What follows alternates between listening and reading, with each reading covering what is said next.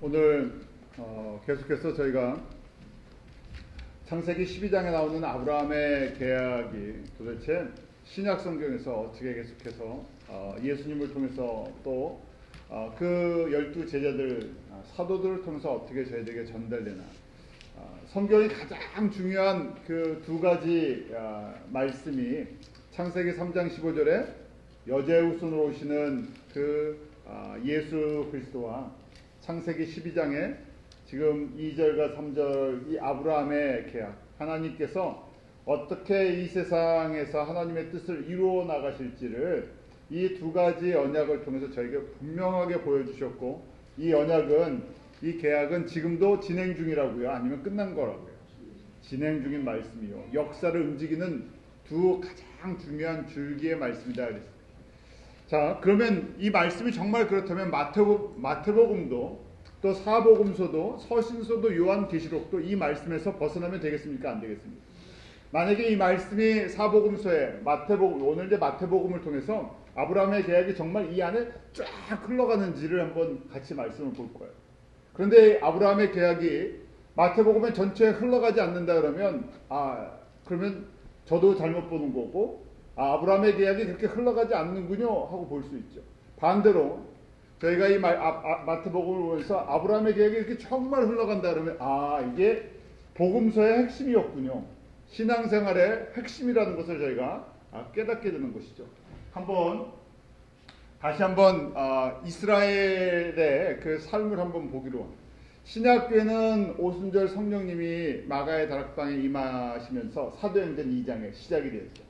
저희가 구약교회는 그러면 출애굽을 하면서 이스라엘 백성이 애굽에서 400년 동안 노예 생활을 하다가 이 홍해를 건너 광야로 들어오면서 우리가 광야교회다, 구약교회가 이런 모습을 갖고 시작되었다고 볼 수 있어요.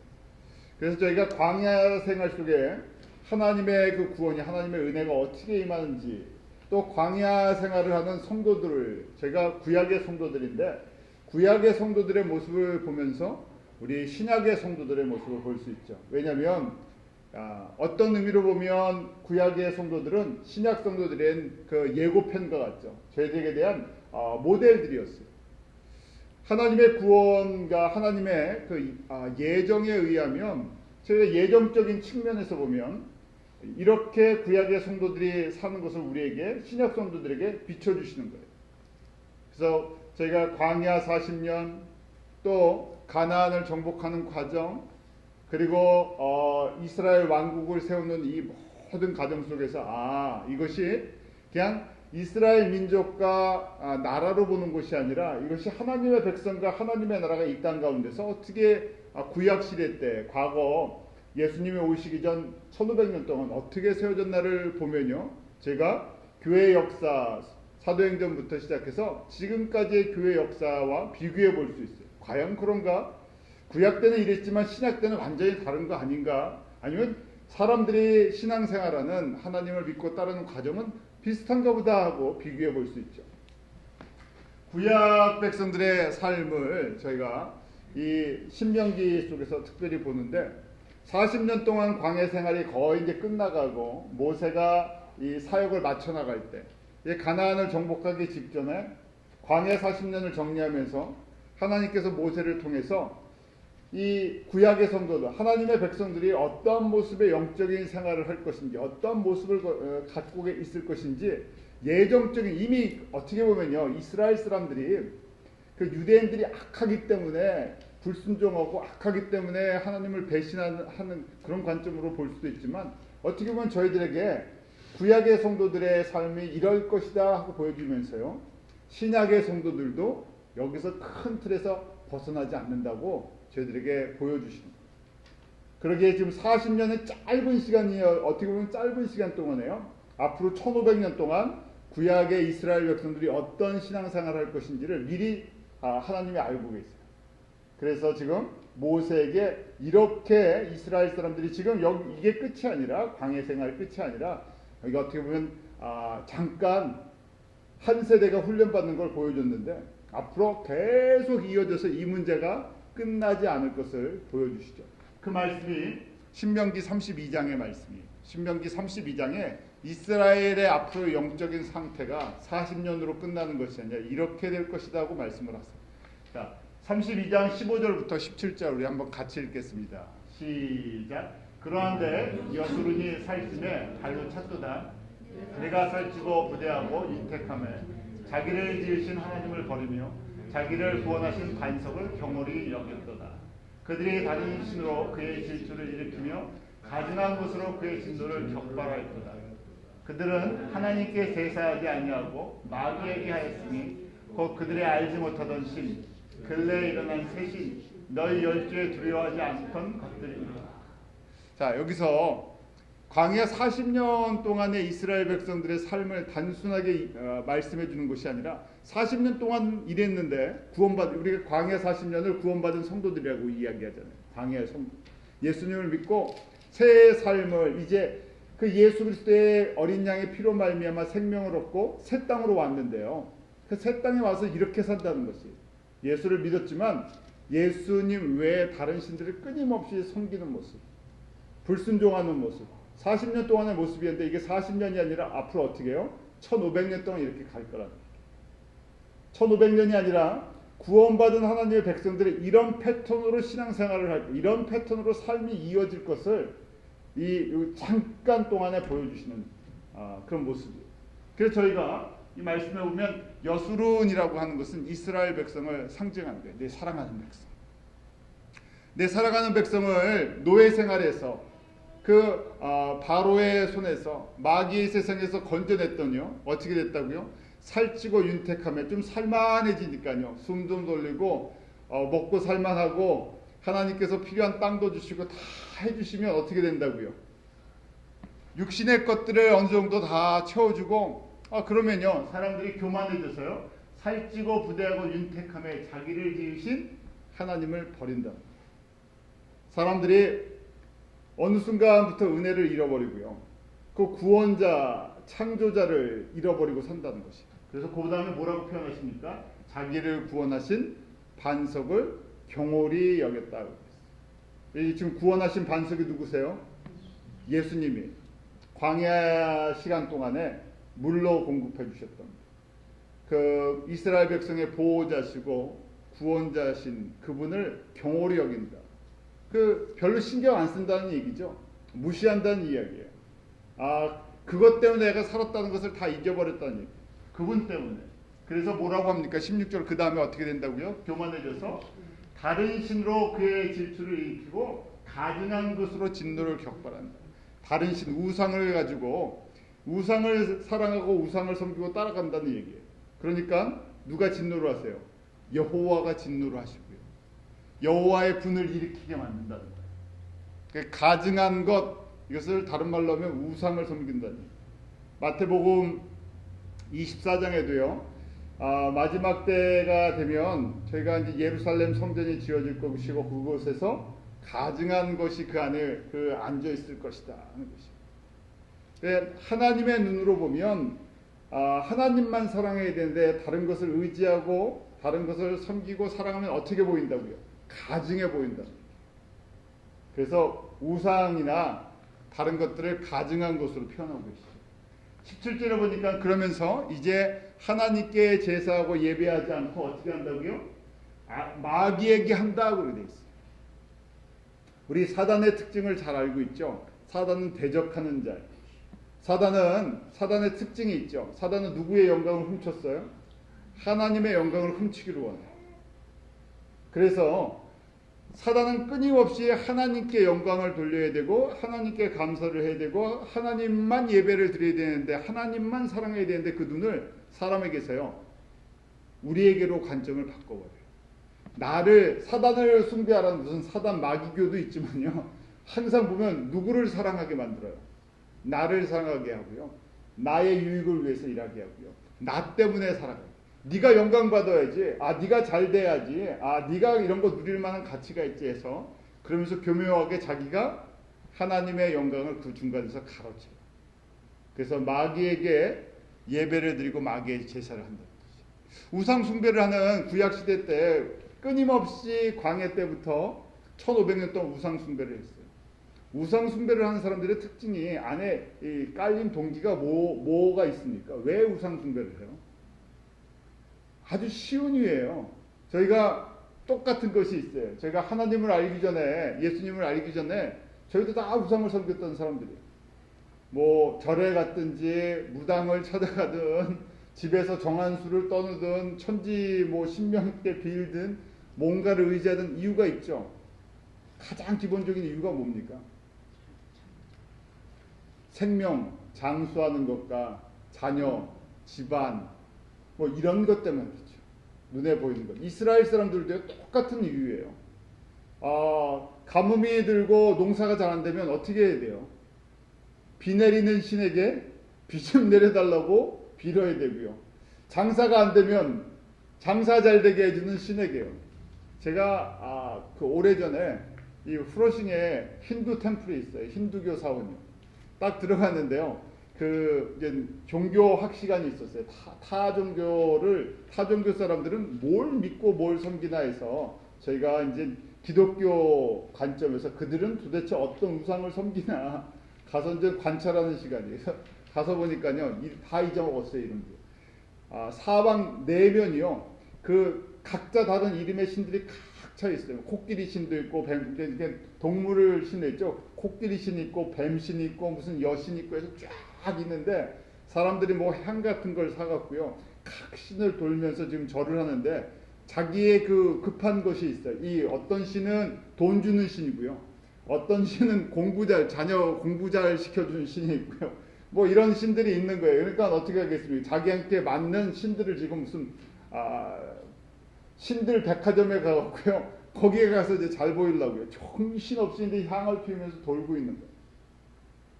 그렇죠. 사람이 약하기 때문에 눈에 당장 보이는 것을, 어떤 것, 내 안에 지금 이 세상에 보이는 것을 해결하기 위한 것이죠.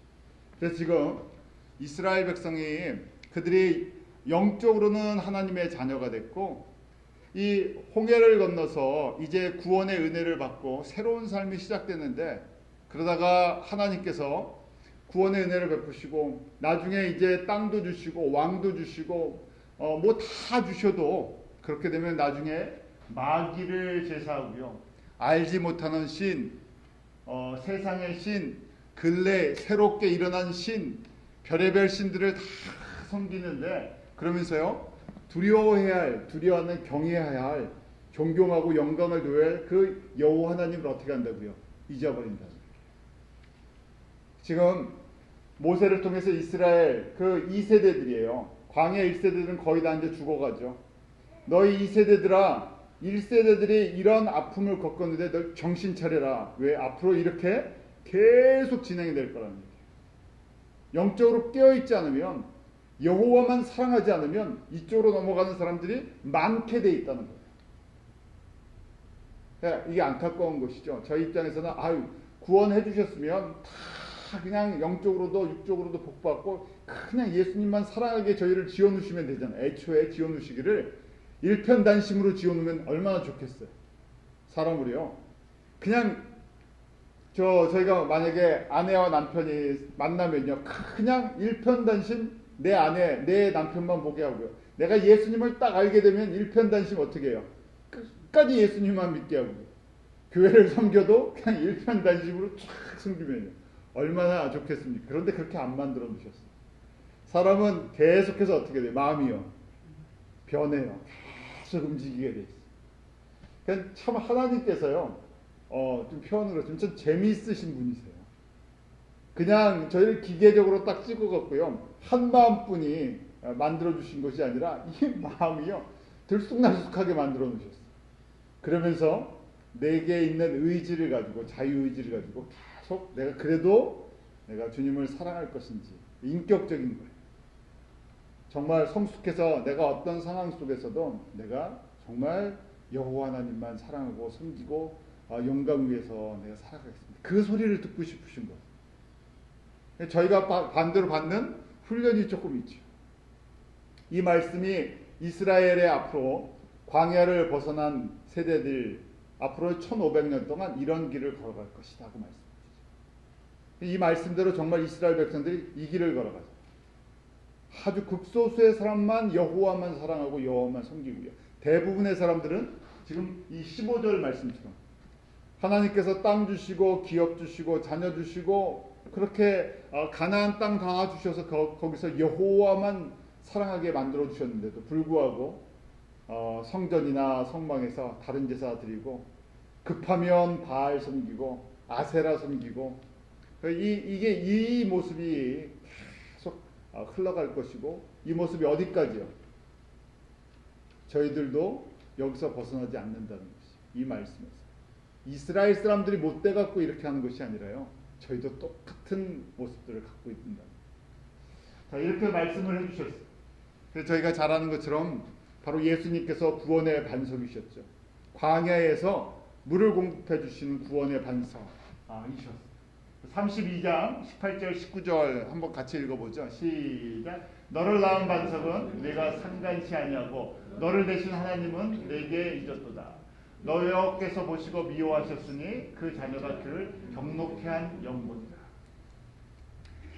우리를 낳고 우리를 기르시고 우리를 먹이신 그분, 그 창조주를 잃어버린다는 얘기예요.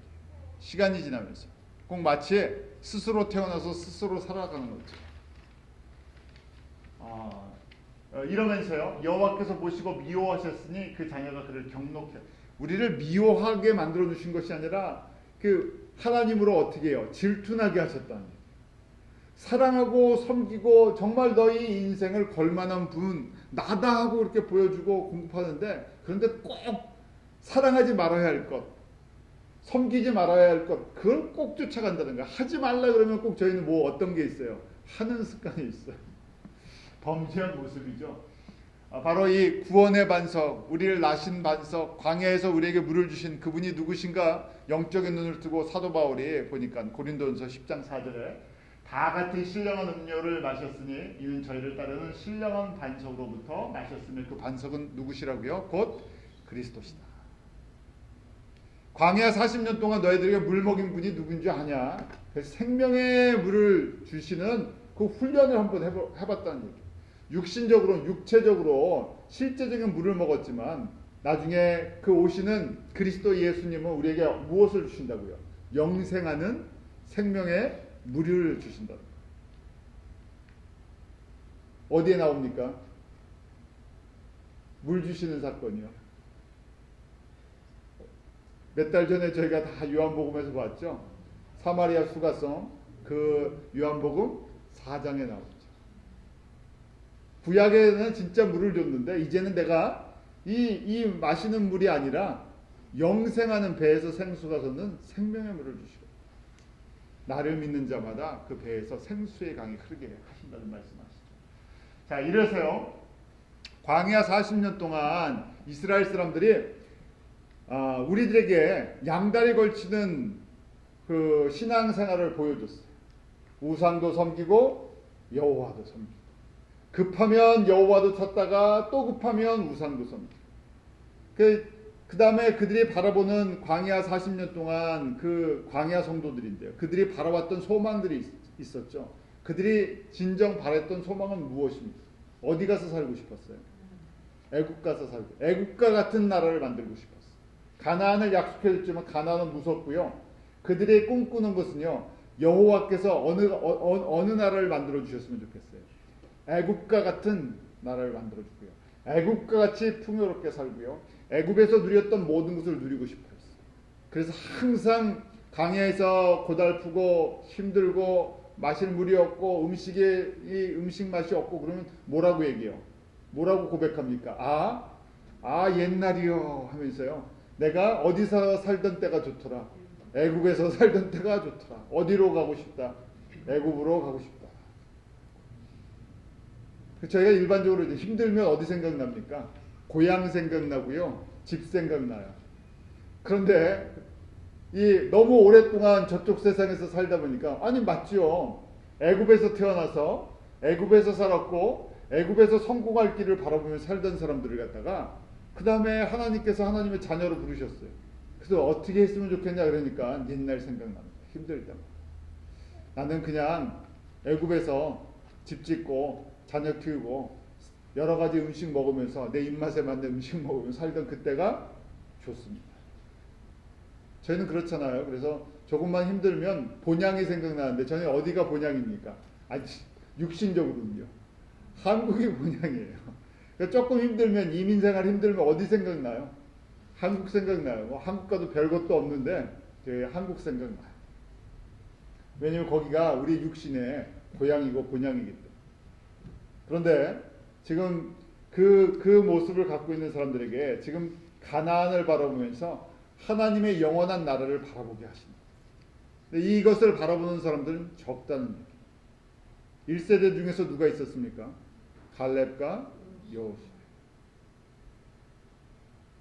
저희가 이걸 그냥 단순한 스토리로 알고 있는데요. 결국 큰 그림으로 보면 신앙생활하면서요. 이 광야 같은 곳에서 저희가 신앙생활하면서 대부분의 사람들은 아무리 주님의 은혜를 많이 받아도 결국은 또 어디로 돌아가고 싶다고요. 세상에서 누리는 것을 다 누려보고 싶은 마음이에요. 그 중에 아주 극소수 특별한 은혜를 받는 사람이 어느 나라를 바라본다고? 하나님의 약속한 새하늘과 새 땅을 바라본다. 새하늘과 새 땅에 들어갈 준비를 하는 것이 아니라 항상 애국과 같은 나라를 만들고 싶은 마음이 저희 가운데 끊임없이 올라옵니다. 그래서 지금 2세대들에게 1세대가 다 실패했어요. 여호수아 갈렙 빼놓고요. 그러니까 모세가 2세대들아 너희들은 지금 훈련받고 이제 가나안을 정복하는 새하늘과 새 땅을 바라보고 전진하는 십자가 군병과 같은 사람들이라는 거예요. 신약교회를 보면 복음을 증거하는 전도자와 사역자들과 그런 보내심을 입은 사람들이라는 거예요. 특별한 사람들이에요. 특별 훈련을 받은 사람들. 그런데 너희도 얼마 안 지나서 또 지금 32장 15절 16절 이 말씀대로 또 돌아가 버린다는 얘기. 정신 차리라는 얘기. 그래서 이 모습을 보여주면서 모세는 이 어떻게 보면 광야의 지도자였죠. 그러면서 사람들을 훈련시키셨어요. 여호수아 갈렙 같은 사람들 또 2세대들을 훈련시켰죠. 사실은 모세는 이 반석의 물 사건으로 인해서 본인은 가나안에 들어가지 못했지만요. 가나안에 들어갈 수 있는 사람들을 40년 동안 양육하고 훈련을 했어요. 자, 그 다음에 가나안에 들어가서도 이제 가나안에 들어간 여호수아와 함께 들어간 사람들은 가나안을 정복하죠. 가나안을 그냥 정복합니까? 젖과 꿀이 흐르는 땅이었죠. 그런데 정복하는 방법이 있었어요. 여리고성을 무너뜨릴 때 가르쳐 주셨어요. 어떻게 해야 됩니까? 여리고성 하는데요. 창과 칼과 무기와 마병의 숫자가 아니라 여호와의 말씀을 얼마나 순종하느냐. 하나님의 말씀을 신뢰하고 순종하는 거였어요. 6일 동안 한 바퀴씩 돌고요. 7번째 날은 7바퀴 돌죠. 그러면서 양각 나팔, 양의 뿔로 된 나팔을 불어요. 왜냐하면 사람이 싸우는 것이 아니라 누가요? 여호와의 권세, 여호와의 이름으로 하나님께서 친히 우리에게 주시는 것이기 때문에 영적인 전투는 우리가 싸우는 것이 아니라 우리가 움직이는 것처럼 보이는데 여호와의 이름으로, 예수 그리스도의 이름으로 우리가 싸워나가는 것이죠. 예수님이 행하시는 일. 그래서 여리고성을 무너뜨린 다음에 잠시 또 교만이 들어오죠. 그래서 그 다음 두 번째 성에서는 실패를 하는데 두 번째 성이 어디입니까? 아이성에서는 실패를 해요. 저희에게 교훈을 주시는 거예요. 이 지금 지금 가나안으로 들어가는 요 날짜, 요 시기가 바로 저희가 오순절 마가의 다락방에 임하신 성령 강림절이에요. 정확하게 똑같아요. 광야에 있는 성도들이 광야에서 훈련받았던 사람들이 요단강을 건너서 가나안을 정복하는 그때 요단강을 건널 때가 제가 신약 시대의 성도들을 보면 예수님의 제자들이 3년 동안 훈련 받았다가 광야에 갇혀. 그러고 나서 그 세상에 대한 것들 그대로 갖고 있었다가 오순절날 성령 충만함을 체험하고 성령의 사람이 돼서 이제 예루살렘에서부터 유대와 사마리아 땅끝까지로 예수 그리스도의 복음의 증인들이 됐어요. 그때 성령 충만을 입은 그 사건이 바로 요단강을 건너서 가나안을 정복하는 것과 같다는 것이죠. 같은 패턴. 제가 왜 성령 충만 받기를 원하는가 하면요. 뭐 병 낫기를 위해서 능력 받기를 원해서 은사를 받기 위해서 그것이 아니라요. 사도행전 1장 8절이죠. 오직 성령이 너에게 임하시면 결론이 뭐예요? 땅까지 이런 내 증인되는 것. 그냥 가서 예수 믿으세요. 예수 믿으세요. 그게 증인이 아니라요. 삶 전체가 바뀌어버린다는 거예요. 가치관이요. 어디에 살던 사람들이요. 광야에 살던 사람들이, 애굽의 삶을 사모했던 사람들이 하나님의 나라를 바라보면서 100% 삶이요 예수님께 순종하는 그런 삶으로 완전히 바뀐 삶이 성령 충만한 삶입니다. 내가 어디에 살든 어디에 가든 무엇을 하든 예수 그리스도를 증거하는, 특별히요 그냥 증거하는 것이 아니었죠. 여기에 아브라함의 계약이 흘러가는 것이. 마태복음 28장에 예수님께서 어디까지 가라 그랬어요? 모든 족속으로 그랬어요. 사도행전 1장 8장에는 땅 끝까지라고 말씀하셨어요. 나를 위해 사는 삶이 아니라요 예수님을 위해 하는 삶. 그래서 증인의, 저희가 사도행전 공부하면서 같이 말씀 배웠었잖아요. 증인이라는 말은 어떤 말이랑 똑같은 말이라 그랬습니까? 순교자라는 말. 순교자라는 것은 내 목숨 누구에게 걸었다는 얘기예요. 예수님께 이미 맡겨버렸다. 그러니까 이런 역사가 사람의 의지로 되는 것이 아니라 누구의 도우심이 꼭 필요하다고요. 성령님의 도우심 없으면 이렇게 안 바뀐다니. 자, 이렇게 여호수아와 그 군대가 가나안을 정복을 했어요. 그런데 한계성을 또 보여줘요. 제가 이거 패턴이에요. 애굽과 광야, 가나안이 있는데 이것이 광야와 가나, 구약 성도들만 이런 것이 아니라 이 세 가지 패턴이 항상 똑같은 모습으로 지금까지 흘러왔다는 얘기예요. 애굽은요 세상을 상징합니다. 우리가 다 세상에서 살던 사람들이에요. 이방인들이잖아요. 저희도 똑같은 이방인들이에요. 저희가 하나님의 자녀인 줄 몰랐어요. 예수님이 누구신지 몰랐어요. 한국에 사는 대부분의 사람들은 1880년 이전까지 예수님이 누구신지 거의, 물론 이제 천주교가 조금 더 일찍 들어왔지만요, 뭐 1800년도 전까지 예수님이 십자가에 죽으시고 1800년 동안 예수님이 누구신지를 전혀 들어보지 못했던 사람입니다. 저희는 지금부터 200년 전으로 얘기하면요, 저희는 하나님의 나라랑 아무 상관이 없던 어디예요? 애굽 땅에 살던, 바로의 영향권 속에 살던 그냥 세상 사람들이었어요.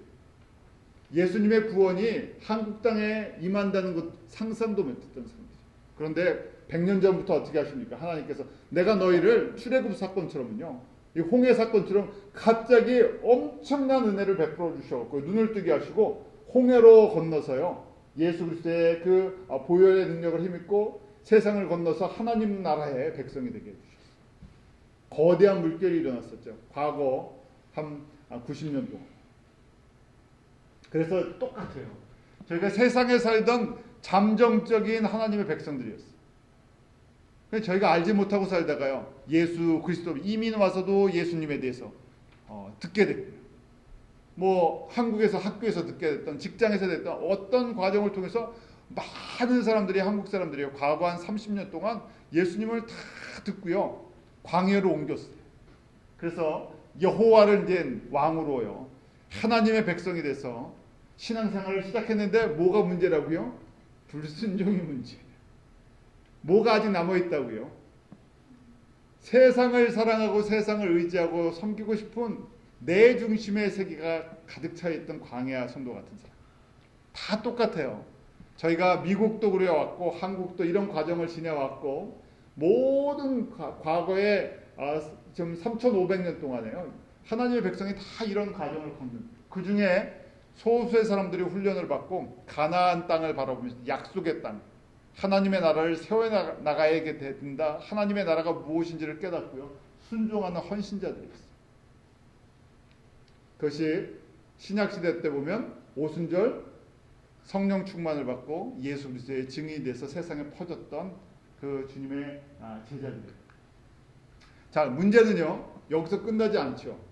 이렇게 돼서 그냥 예수님이 딱 오시고 딱 끝났으면 되는데요, 내가 성령 충만할 때, 내가 은혜 충만할 때 그때로 끝나고 내가 그냥 바로 천국에 들어갔으면 좋겠는데 우리에게 시간이 있어요. 그 시간 동안 다시 또 훈련을 받죠. 여호수아 세대 이후에 문제가 생겼어요. 그것이 무슨 시대입니까? 여호수아 이후에 이스라엘 역사에 무슨 시대가 시작돼요? 사사 시대가 시작돼요. 한번 볼까요? 여호수아 24장 31절, 마지막 여호수아가 죽으면서 이런 말씀이 이제 남아 있어요. 24장 31절 같이 읽습니다. 시작. 이스라엘이 여호수아의 산날 동안과 여호수아 뒤에 생존한 장로들 곧 여호와께서 이스라엘을 위하여 행하신 모든 일을 아는 자의 사는 날 동안 여호와를 섬겼더라. 여기에 무슨 의미가 있습니까? 여호수아와 함께했던 믿음의 사람들, 성령의 사람들이 사는 날 동안만이라는 거죠. 제한이 있는 거예요. 그들이 그 가나안을 정복하고 하나님의 백성으로서 헌신자로서 순종했던 그 사람들, 하나님의 나라에 초점이 맞춰져 있었던 사람들, 그 사람들이 살아있는 동안만 누구를 섬겼다고요? 여호와를 섬겼다는 거예요. 안타까운 얘기.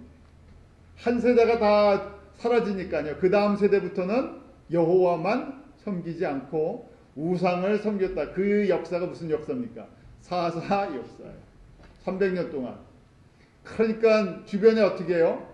여호와를 안 섬기고 우상 섬기고, 그러니까 하나님께서 어떻게 하셨습니까? 주변의 민족으로 채찍질을 하셨어요. 때려주시니까 맞아갖고 너무 힘들고, 그러니까 울고 회개하고, 우리가 다시는 세상 안 섬기고 우상 안 섬기고 여호와만 사랑하겠습니다. 그러고 나서는요, 사사를 보내주잖아요. 그럼 잠시 한 3, 40년 또 풀려요. 그러고 나서 또 편안해지면 어떻게 됩니까? 또 우상 섬겨요. 그러고 나서 이걸 12번 반복하죠. 12번 반복해요. 그 사사기가 시작될 때도 똑같은 말씀이 있잖아요. 사사기 2장 7절에 백성이 여호수아의 산날 동안과 여호수아 뒤에 생존한 장로들 곧 여호와께서 이스라엘을 위하여 행하신 모든 큰 일을 본 자의 산날 동안에 여호와를 섬겼다. 고동하고. 저희가 하나님께서 한국교회 많이 사랑하셨잖아요. 저희가 그것도 체험하잖아요. 과거에 사실은 저희 이제 뭐 할머니 할아버지 세대 때 1900년도 초에 그렇게 핍박 속에서 예수님을 믿고 헌신했던 분들, 그분들이 교회에 한국 교회를 살리는 그런 반석과 같은 역할, 기둥과 같은 역할을 했어요. 그리고 하나님께서 은혜를 베풀어 주셔서 일제 시대와 6.25를 겪은 완전히 폐허가 된 나라에 그 부흥의 은혜를 베풀어 주셨어요. 그런데 그 세대들이 다 사라진 다음에 지금 남아 있는 저희는 지금 그러니까요 꼭 솔로몬 이후 시대 같아요. 한국 교회가 커질 대로 커졌고 권세를 가질 만큼 가졌고 하나님의 백성들이 늘어날 만큼 다 늘어났어요. 나라도 기적이잖아요. 되게 과거에는 뭐 한강의 기적이다 했는데 아시아에서요 가장 부유한 나라가 됐어요. 교회도 가장 많죠. 저희 뭐 한국에 여기서도 그렇지만 한국에 나가면 다 십자가라 그렇게 얘기하잖아요.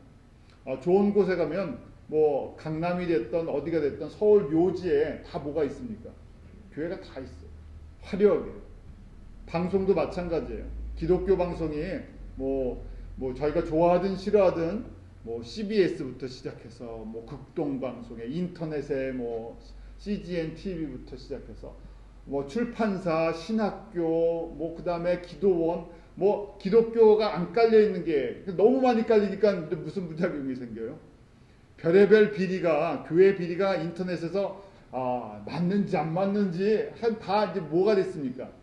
이게 조롱거리가 돼서요. 사람들이 성경을 보고 하나님의 말씀에 순종하는 것이 아니라 전부 그런 거 보느라고 거기다 이제 시간 써요. 어디에 무슨 일이 일어났냐? 어느 교회에 무슨 일이 일어났냐? 거기 왜 일어났냐? 뭐 재밌다? 그러면 뭐 욕하는 사람도 있고요. 똑같죠, 이스라엘 사람들이요.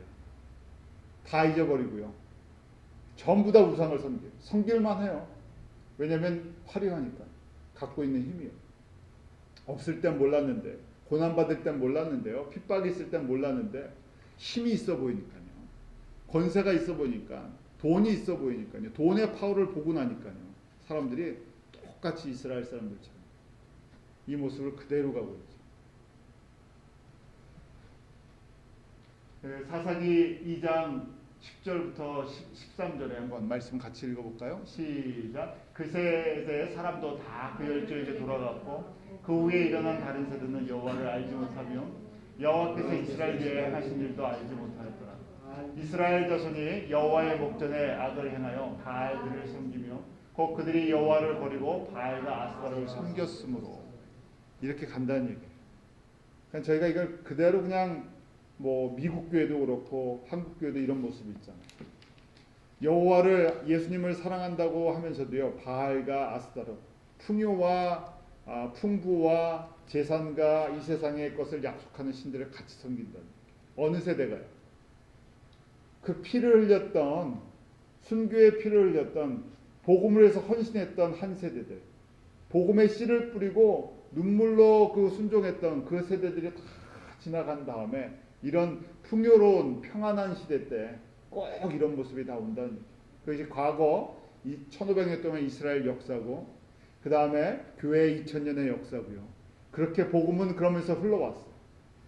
그 중에 어떤 사람들을 통해서요? 성령 충만한 사람들 통해서, 헌신자들 통해서, 예수님만 사랑하는 사람들 통해서, 눈이 어디에 맞춰져 있는지 가나안을 정복하는 것처럼요 새하늘과 새 땅에 맞춰져 있는 사람들 통해서 그렇게 계속해서 흘러왔다는 얘기예요.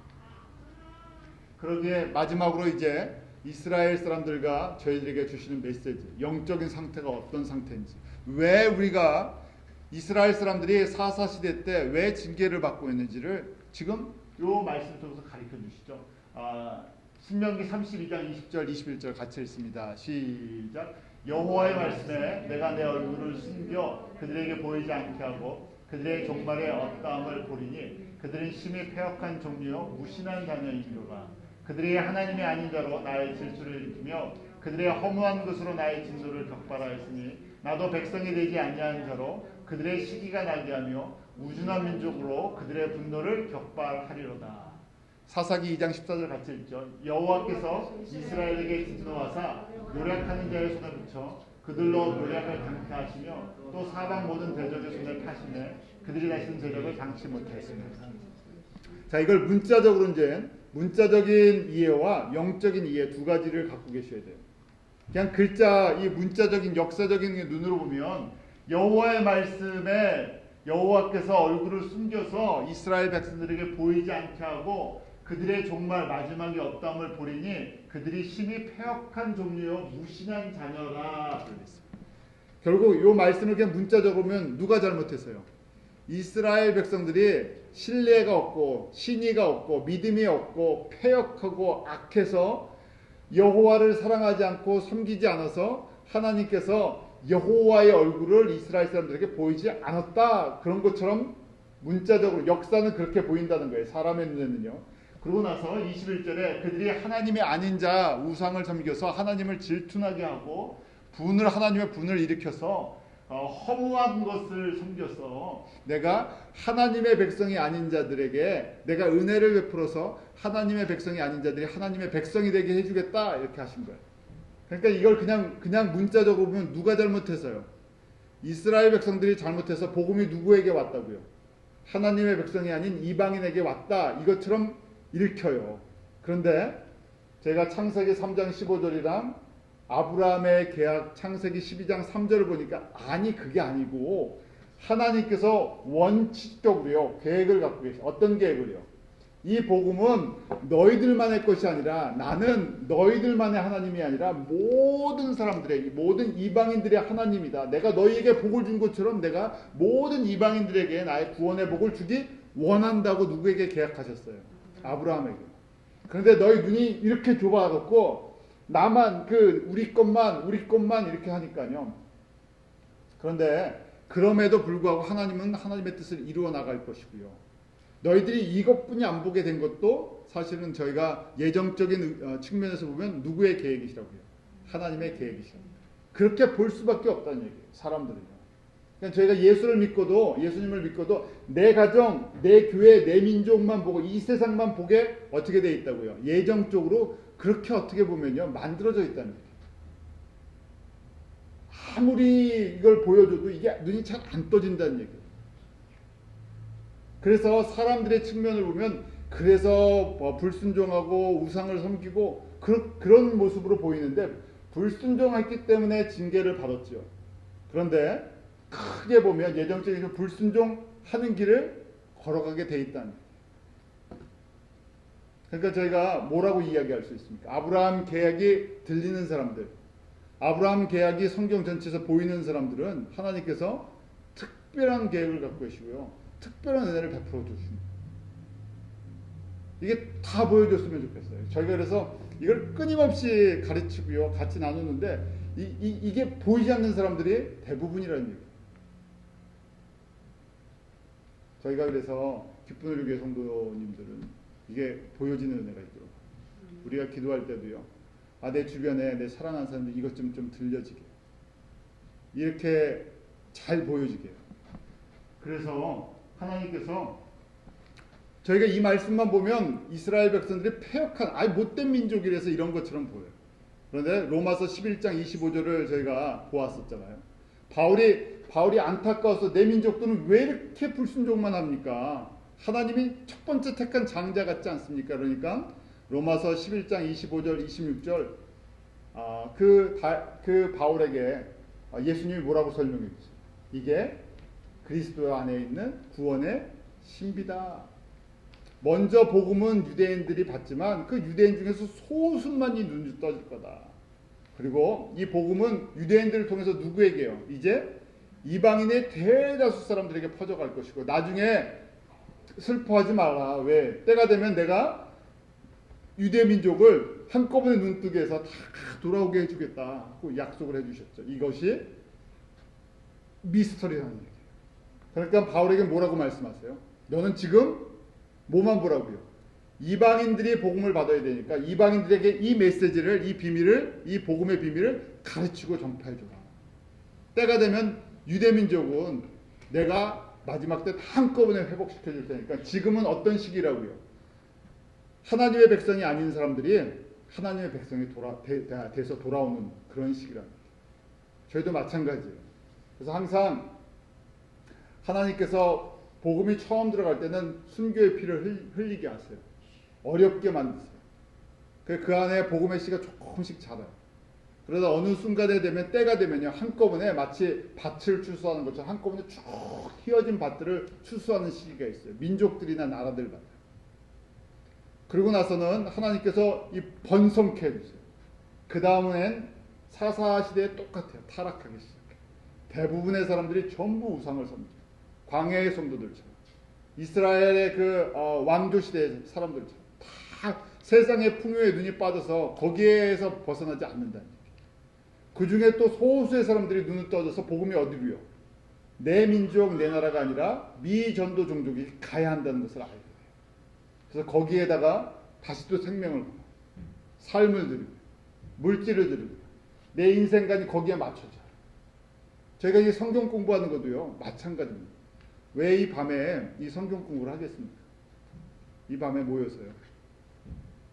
저희가 이렇게 안 모여도 괜찮잖아요. 이게 다시 이 길을 내가 가겠다는 각오예요. 저도 마찬가지죠. 그냥 목살에서 여러분들에게 수요일이나 화요일날 성경 공부를 해드려야 되니까 하는 것이 아니고요. 저도 마찬가지. 제가 걸어가는 길은 이 길입니다 하고 제가 이거 준비하면서요, 다시 저한테 주는 도전의 말씀이에요. 왜냐하면 저희는 잊어버리니까 그렇잖아요. 금세 저희는 잊어버려요. 그냥 있다 보면요, 목사가 별다릅니까? 똑같은 사람인데요. 이 메시지에 눈을 안 맞추면요, 저도 똑같이요, 세상 보고 세상 느끼는 게 있는 건데요. 그럼 이 애굽으로 가고 싶은 누구나 다 마음이 있어요. 이 메시지를 보면서 주님의 뜻이 이랬죠. 주님의 그 뜻이 이렇죠. 주님의 나라가, 주님의 역사가 이렇게 이루어지죠. 과거 3,500년 동안 이렇게 우리에게 보여주셨죠. 이렇게 보여주신데도 다시 뒷걸음질 치고 가고 싶은 인간적인 마음인데 주님 앞으로 가게 해주십시오. 성령님을 따라서 이 사도행전의 그 길을 걸어가게, 바울을 따라가게 해주십시오. 여호수아를 따라가게 해주십시오. 이 세상에 자꾸만 미련 두지 않게 해주십시오. 눈에 보이는 거 따라가지 않게 해주십시오. 그거 하는 것이 저희가 말씀 묵상하는 이유고요. 성경 공부하는 이유고요. 기도하는 목적이고요. 주일날 예배 드릴 때 다시 예수님께 그 초점 맞춰드리려고 합니다. 혼자 하면 너무 힘드니까요. 같이 공동체를 하나님 만들어주시고, 그래서 같이 하라고. 그런 사람들이죠. 그래서 교회에서 이걸로 저희가 하나가 돼야죠. 이 일을 하는데 힘을 합쳐줘야지, 이거 하는 걸 갖다 옆에서 꼭 뭐 한다고요? 못하게 한다. 왜 못하게 해요? 광야랑 똑같아요. 사람들이 교회에서 신앙생활하는 목적이 다 달라요. 근데 그 목적은 뭔가 보면 내가 애굽과 같이 살고 싶습니다 하는 그 이유 때문에 애굽에서 공급받았던 그러니까 최고의 것을 공급해달라는 거예요. 최고의 것. 세상이 줄 수 있는 최고의 것을 예수의 이름으로 공급해달라 하니까요. 이 안에 갈등이 많은 거예요.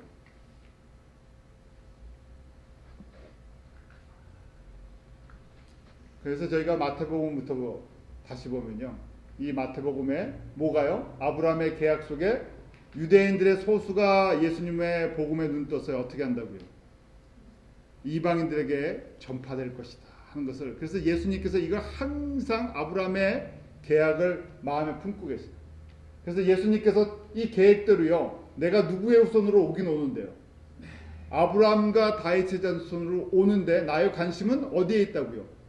세 번째 하단복이요. 3절 내가 이 말씀대로 유대인들 너에게 복 줬다는 얘기예요. 장자권도 줬고 먼저 복음을 받을 권 하나님의 백성이 될 수 있는 그 권세 영광 다 줬는데 그런데 3절이에요. 12장 3절 모든 족속이 판타타 에트네라를 했죠. 모든 족속이 나를 인해서 생명을 얻고 하나님의 백성이 되고 나를 다시금 창조의 목적 여호와가 창조주이심을 예수님이 창조주이심을 그 알고 그 영광 돌리는 그 삶으로 돌아오게 해주겠다는 거예요.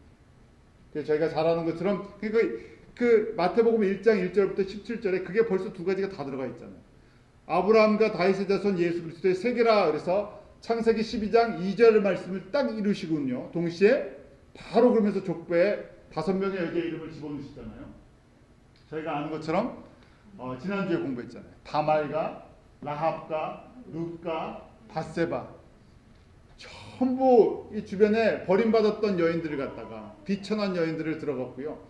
너희들이 비천하고 이방인이라고 했던 사람들을 통해서 내 피가 흘러가게 이렇게 보여주십니다. 참 그러니까요. 참 대단하십니다. 나는 이걸 잊지 않고 있다는 얘기예요. 이 계약을. 이게 내 뜻이기 때문에 아버지의 뜻이기 때문에 난 창세기 12장 2절 3절을 갖다는 잊지 않고 이거대로 움직이고 있다는 거예요. 이거 바라고 마태에게요. 유대인들에게 이것 좀 가르쳐줘라 하는 거예요. 대부분은 못 알아듣지만 그 중에 소수의 사람들이 이 메시지를 알아듣는다. 그렇게 준비가 됐다는 얘기죠.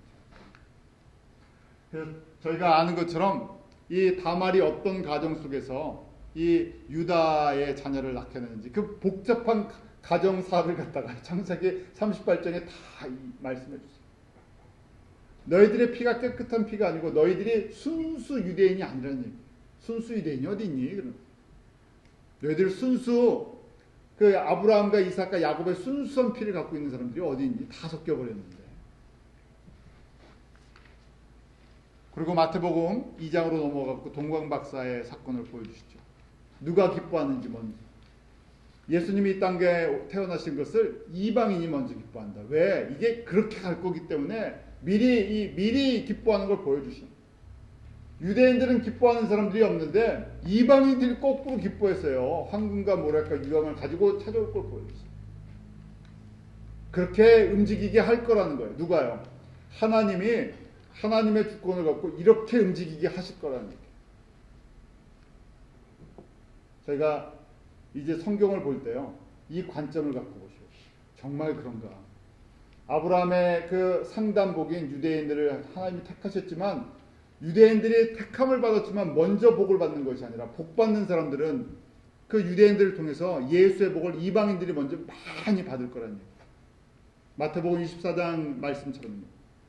이 천국 복음이 어디에 먼저요? 모든 민족 가운데 먼저 증거된다. 그래서 저희가요. 예수를 믿고 선교하는 것이 그냥 교회 성장이나 교회 그냥 사명의 차원이 아니에요. 그래서 하나님의 창조의 목적이 있어요. 아브라함의 계약을 가지실 때부터 아니 여자의 후손으로 오실 때부터 이미 창세전에 준비하신 거예요. 그래서 복음은요. 계속 흘러가게 되는데 어디로요? 충만한 데서부터요. 미전도족 복음이 전혀 들어가 있지 않는 미전도 족속으로요. 이방인들에게로 계속 흘러가게 돼 있어요. 근데 여기 가는 데는 꼭 이 값을 치러야 돼요. 값을 치르려니까 사람들이 안 하는 거죠. 이 값을 치른다고 이 땅에서 받을 만한 것이 별로 없기 때문에 이 일을 한다고 영광을 받는 이 세상에서 영광을 받는 것이 아니기 때문에요. 사람들이 이걸 안 하려고 해요. 전부 애굽에다 집 쌓고 애굽에다 영광을 애굽과 같은 영광을 누리고 싶은 일에다가 사람들이 투자하고요. 이 복음이 이렇게 이방인들에게 계속해서 흘러가는 데는 거기에다 집중을 하지 않는다는 거예요. 그렇지만 주님께서 주님이 사랑하는 사람들을 통해서 이 일을 알게 하시고 이 일을 움직여 나가게 하시죠. 저희가 이 저녁에 공부를 항상 하시는 목적도 이 목적이에요. 단지 성경의 지식을 새로운 지식을 좀 새로운 말씀이 없을까 그거 들으려고 하는 거 똑같은 말씀이잖아요. 저 12년 동안 지금 이마일의 메시지를 전하는데요. 전에 어떤 분들은 그러시죠. 저보고요. 부활절에도 똑같은 메시지, 땡스기빙에도 똑같은 메시지, 크리스마스 때도 똑같은 메시지를 하니까요. 아니 왜 그 땡스기빙에도 부활절에도 크리스마스 때도 똑같은 메시지 무슨 메시지겠어요? 지금 오늘 이 밤에 나눈 메시지 이 메시지가 사실은 수요일날 매일 똑같은 메시지 전해드리죠. 똑같은 메시지인데요. 왜 똑같은 메시지를 나눌 수밖에 없냐면 주님 지금은 저희가 이렇게 연약한 것처럼 보이지만 저희가 기도하고 저희가 섬기는 목적이 이겁니다. 우리가 사람들한테 잘 보이기 위해서 사람들한테 우리 이름을 내기 위해서 그런 것이 아니라 제가 이 길을 걸어가겠습니다. 제가 마찬가지로 저희 성도님들도 이거 보고 이 길을 걸어가게 해주십시오. 또 저희 같이 공부하시고 같이 나누시는 또 함께 섬기는 성도님들도요.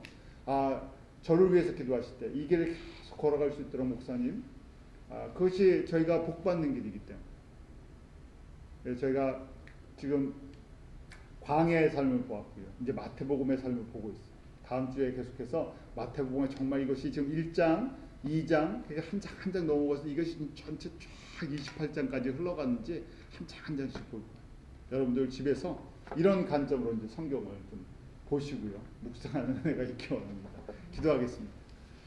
하나님 아버지,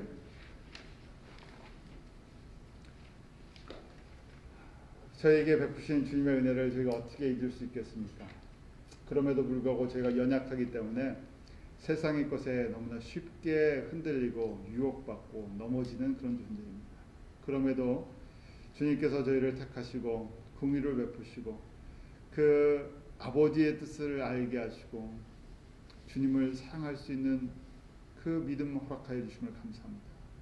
온전치 않은 자들을 온전하다 주님께서 인정해 주실 때마다 주님의 그 보혈의 그 권세와 그 사랑을 잊지 않게 하여 주시옵소서.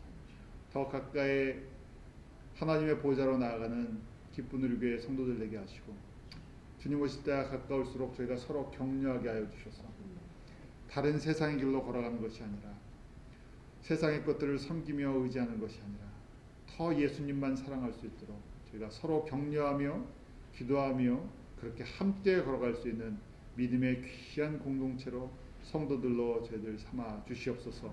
예수님의 이름으로 기도하옵나이다.